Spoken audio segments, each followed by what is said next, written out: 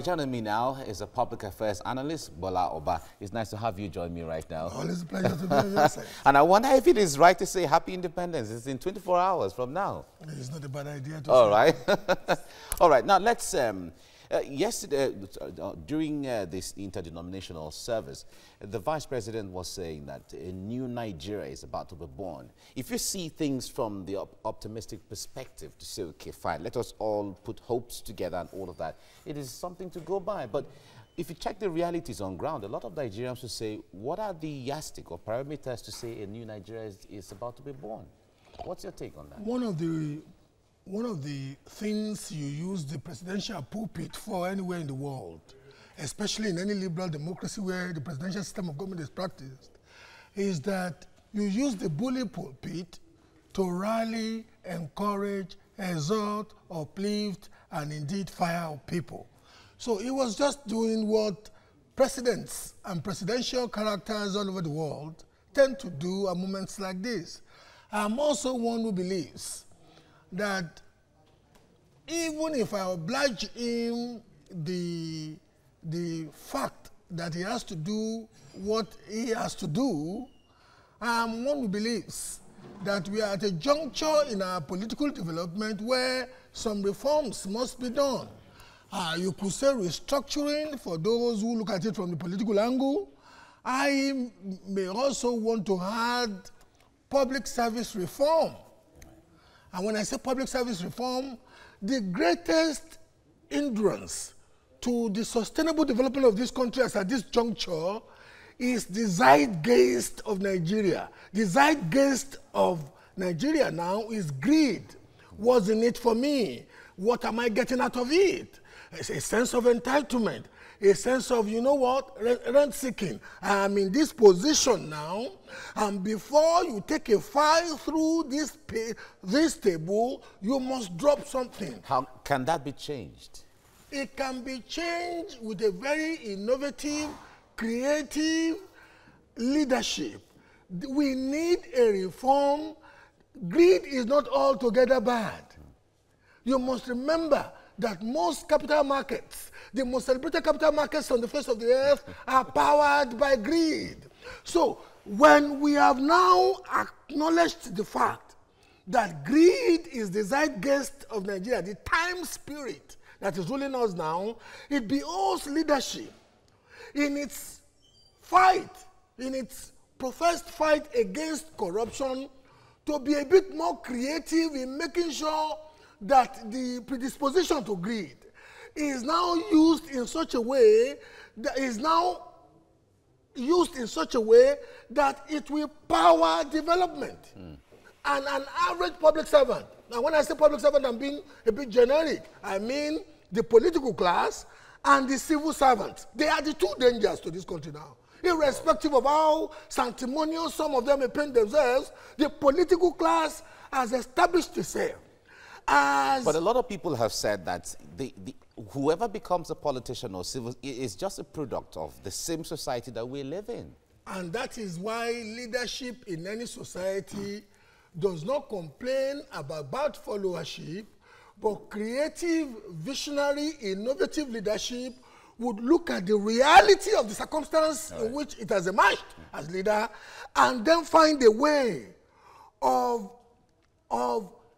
engaging the circumstance to the point and destination that it has envisioned.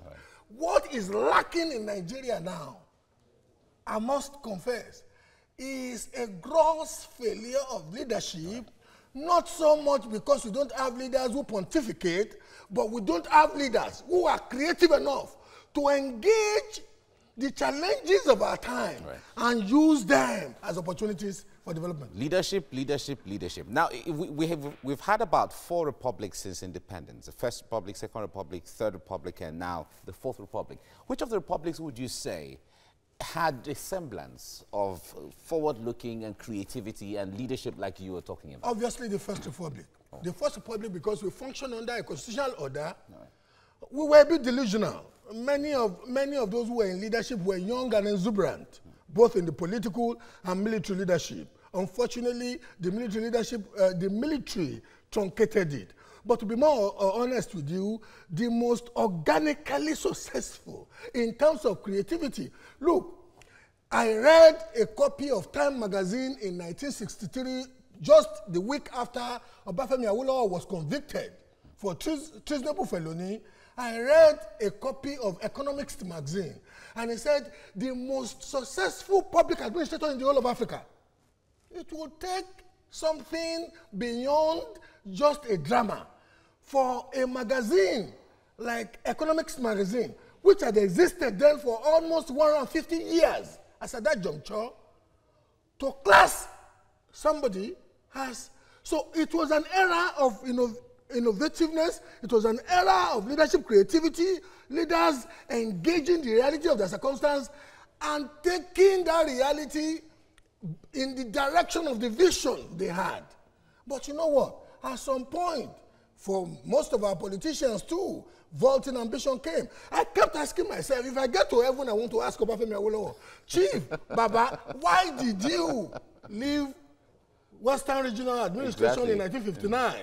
Because what you did between 1953 and 1959 was so phenomenal that it is still the reason why some people deify Obafemi Awolowo are wearing this cap today because of those accomplishments. And he left without being forced, without losing an election, without any rebellion against coerced. Him. And he left that position to go and become leader of opposition at the center. And he was the most prolific writer on organic federalism. And yet, a Sardauna who did not write much had the opportunity of becoming the Prime Minister of Nigeria, and he made his assistant to be. And that was. It has different approaches to this issue. And that was the most classic respect for federalism that anybody had ever demonstrated in the political history of Nigeria. Wow. So you will recommend we go back to the First Republic as the case may be. Some Nigerians are saying we should adopt the Republican Constitution. We should bring it back. We are still a republic. This is still a Republican Constitution. Right. The only difference is that whilst we practiced parliamentarianism in the First Republic, we are now practicing the presidential. Swashbuckling presidential, and we see from where we borrowed it how a Trump is using the swashbuckling nature. Well, thank you so much. It's really interesting having you around every time. Thank you very much for coming. Thank you. Joining me now is a public affairs analyst, Bola Oba. Thank you for joining us. Good morning. Always a pleasure to be on your side. Thank you for the privilege. Thank you. Now, some of our current leaders have expressed optimism. They are hopeful that there will be a new Nigeria very soon. But you will recall the efforts made by our founding fathers, the Nnamdi Azikiwes, the Awolowos. If they were to be alive, do you think that they would, or if they are to come back to life, do you think they would express the same hope our current crop of leaders are expressing? Maybe a bit of disillusionment would have set in for them, given the fact that they took charge of a newly birthed nation that was laden with opportunities and potentialities. We are where we are because we have at every point, all the major points of our strides in development missed or squandered opportunities. So let's be very honest with ourselves. If the Awolowos, the Nnamdi Azikiwes, the Sardaunas were to be alive now, they would have been somewhat disillusioned because at least they were going on a trajectory that was seemingly indicative of sustainable prosperity relative to the cul-de-sac where we found ourselves now. But some would say that they may not express disillusionment because it could have been easier for them because the size, let's take for instance, the size of the population we have now is way more than what was obtainable then. And there are different indices for which one would look at things.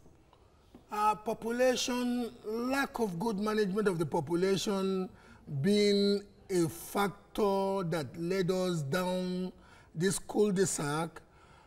We must also know that population itself is an advantage if properly annexed. China became a relevant economy on the face of the earth because of its population.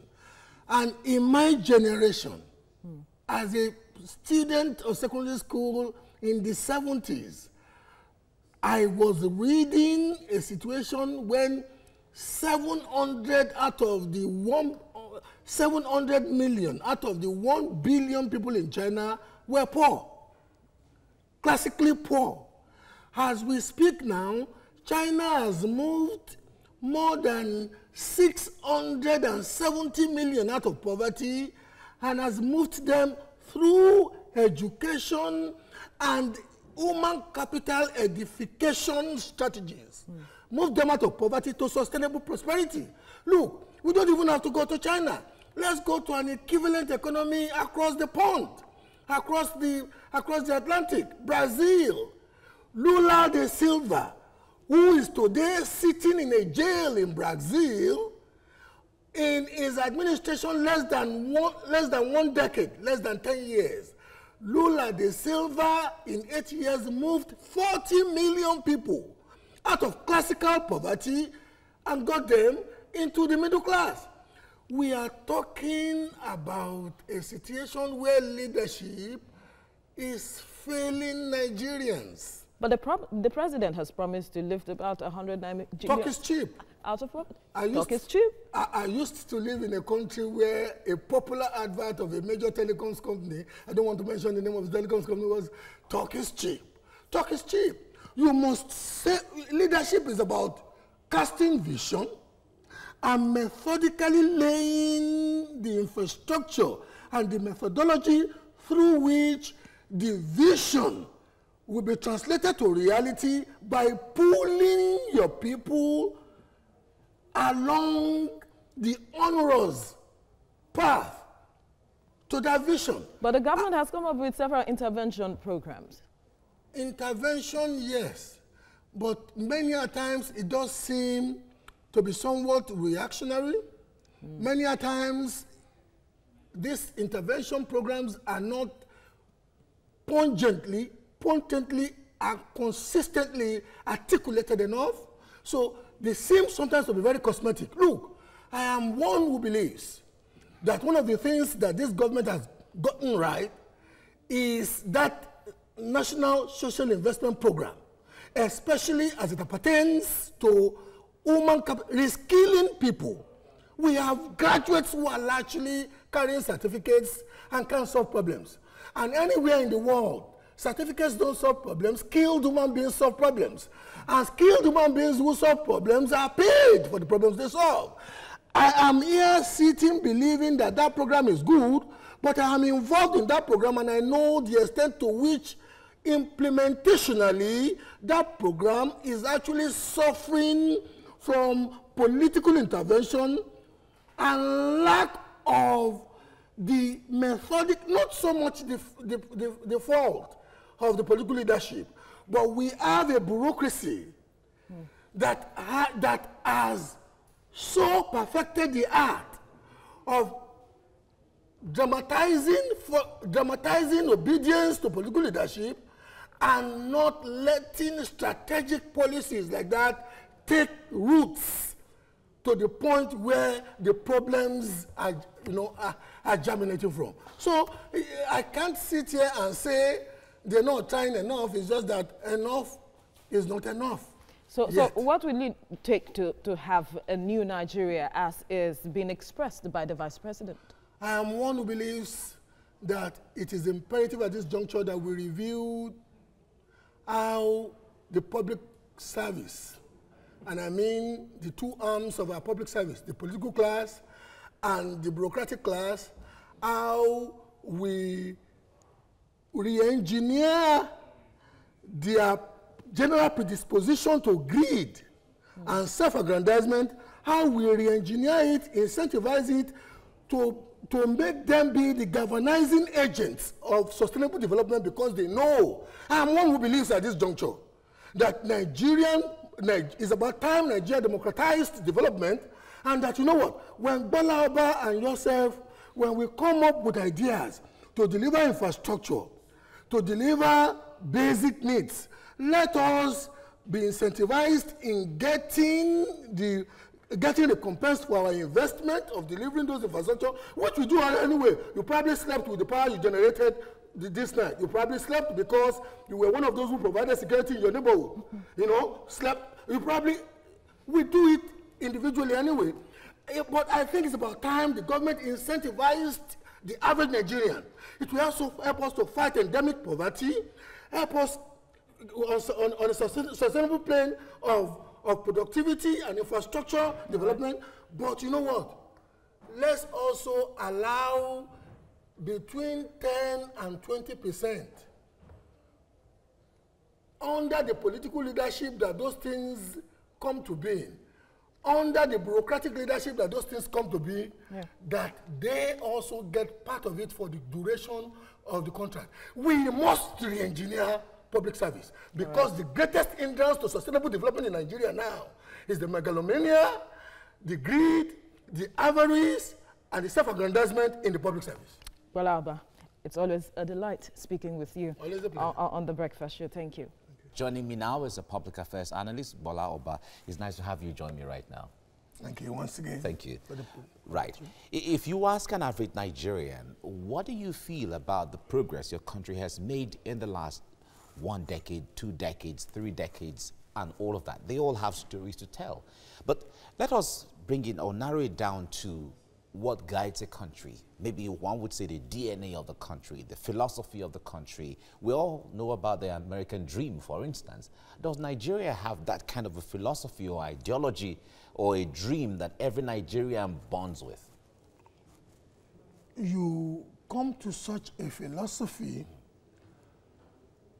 through generations of testing the mechanism that powers that philosophy. Right.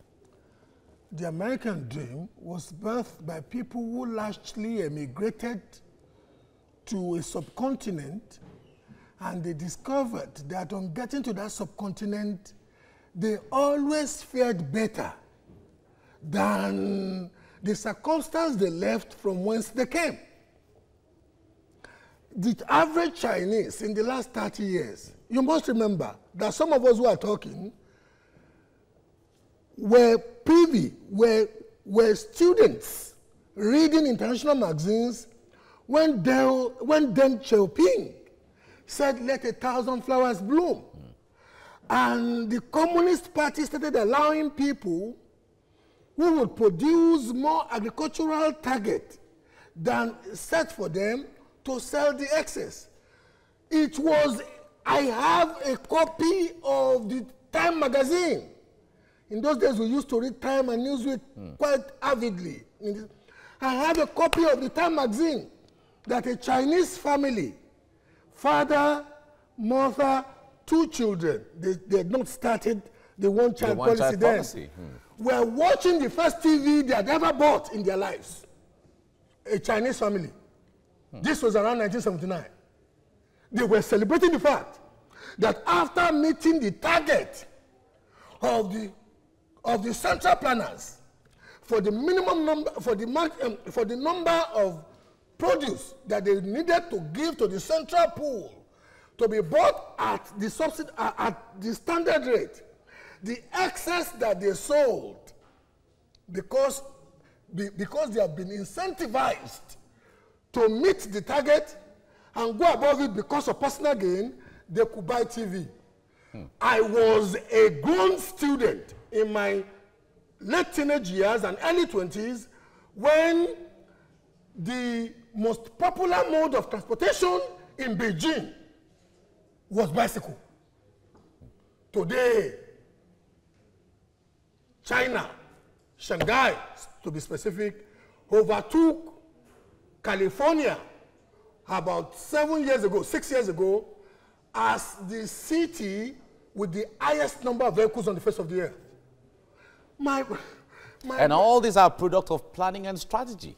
All these are products of the fact that some people came to the realization that the way to power sustainable prosperity in any society is the edification of the man. Get a man educated in the relevant skills not clerical education that the colonial masters bequeathed you people because they needed counters. They needed people to be taking records of what they wanted to ship out of your shores. And interpret. And interpret. No, they get people with the right skills. Make education functionally useful to a man, guarantee him health. Beyond that, I don't need any government in Nigeria to do anything beyond the edification of the man, because Nigerians, as we speak, even in relative and functional poverty, are solving infrastructure problems that the governments are not solving. They provide their power. They provide their water. They provide their security. Nigeria is the only society on the face of the earth. So which means a citizen is a government in his own self. In his own self. But the point there is, when it comes to the education of the mind that you talk about, Nigeria is not in short of people who are intellectually gifted and endowed by different respects. Certification is different from certification. I only pay people, and it's not Bola Oba alone. You only exchange value with value. People who solve problems for you, you pay. Somebody carries a certificate, but is not solving problems. So you take people through the rigmarole of an academic program that only makes him to speak grammar. Without being able to solve problems. Without being able to solve problems. And those who have the artisanal skills to solve problems, you look condescendingly at them. But when we talk about Nigeria, is Nigeria the geographical space or the human beings that we often Any society is both a geographical space and the value pedestal upon which that society is built on. In the case of Nigeria, like all other societies on the face of the earth, we have a geographical space that sometimes Boko Haram takes a bit from, but Bakassi takes a bit from, irrespective of government. As we speak now, a member of parliament was saying a couple of days ago that about 8 local governments, all local government councils in Borno State are presently under the direct control of Boko Haram. But government will not agree with that. But don't let's go there. All right. But having said that, the central value, believing that, one of the reasons why I'm still a proud Nigerian, it is not by accident that the richest black man on the face of the earth is a Nigerian. Okay. Because of the size of the market. All right. Would I sacrifice that for a proclivity to an enclave called Odudua? I would just think I would be crazy, because that bigger market presents me a wonderful opportunity. Well, is leadership harnessing it well enough? Certainly not. Okay. Well, thank you so much for your time. It's always exciting having you on the program. Thank you very much. Thank you very much for the privilege.